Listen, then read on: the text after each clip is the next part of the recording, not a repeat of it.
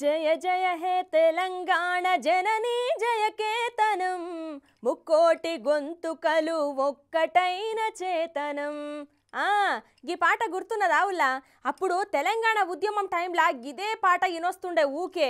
అయితే ఇప్పుడు గీ ముచ్చట ఎందుకు అంటే, ఇప్పుడు తెలంగాణలో కాంగ్రెస్ పార్టీ అధికారంలోకి వచ్చుడు, రేవంత్ రెడ్డి సారు ముఖ్యమంత్రి అవ్వుడు, తరువాత రాష్ట్రంలో రోజుకో కొత్త నిర్ణయం తీసుకునుడు జరుగుతున్నాయి కదా.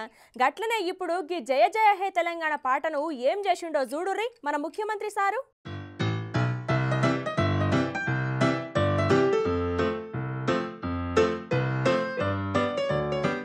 తెలంగాణలో కాంగ్రెస్ గవర్నమెంట్ అధికారంలోకి వచ్చినాక రేవంత్ రెడ్డి సర్కారు తీసుకునే నిర్ణయాలు మొత్తం ఎప్పటికప్పుడు జనాలల్లో హాట్ టాపిక్ అవుతున్నాయి పోర్రి. మొన్న గవర్నమెంట్ ఇచ్చే నంది అవార్డులను గద్దర్ అవార్డులు అని మార్చిన ముచ్చట మర్చిపోక ముందే ఇప్పుడు ఇంకోటి ముంగటేసుకున్నాడు.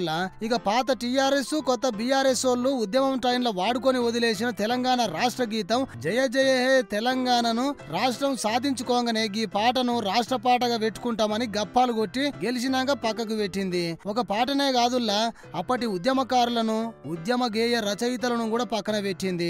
అయితే అందశ్రీ రాసిన జయ జయ హే తెలంగాణ పాటను మళ్ళీ ముఖ్యమంత్రి రేవంత్ రెడ్డి సారు రాష్ట్ర అధికారిక గీతంగా ప్రకటించిండబ్బా.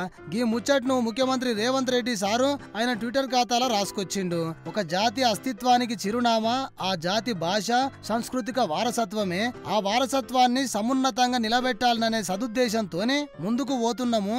జయ జయ హే తెలంగాణ గీతాన్ని రాష్ట్ర అధికారిక గీతంగా ప్రకటించినము. సగటు తెలంగాణ ఆడబిడ్డ రూపురేఖలే తెలంగాణ తల్లి విగ్రహానికి ప్రతిరూపంగా తెలంగాణ తల్లిని రూపొందిస్తాము. రాచరిక పోకడాలు లేని చిహ్నమే రాష్ట్ర అధికారిక చిహ్నం రూపొందిస్తామని రాసిన సారు ఇప్పటికెళ్లి బండ్ల మీద ఉండే టీఎస్ జాగల టీజీని కూడా పెడుతున్నామని చెప్పిండు.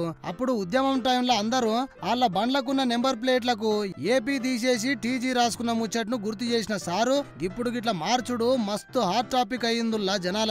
అయితే గిదే కాకుండా ఇప్పటికే 2 గ్యారంటీలను అమలు చేసిన రేవంత్ సర్కారు ఇప్పుడు వచ్చే అసెంబ్లీ సమావేశాలల్లా ఇంకో 2 గ్యారంటీలు కూడా అమలుకు తెస్తదట.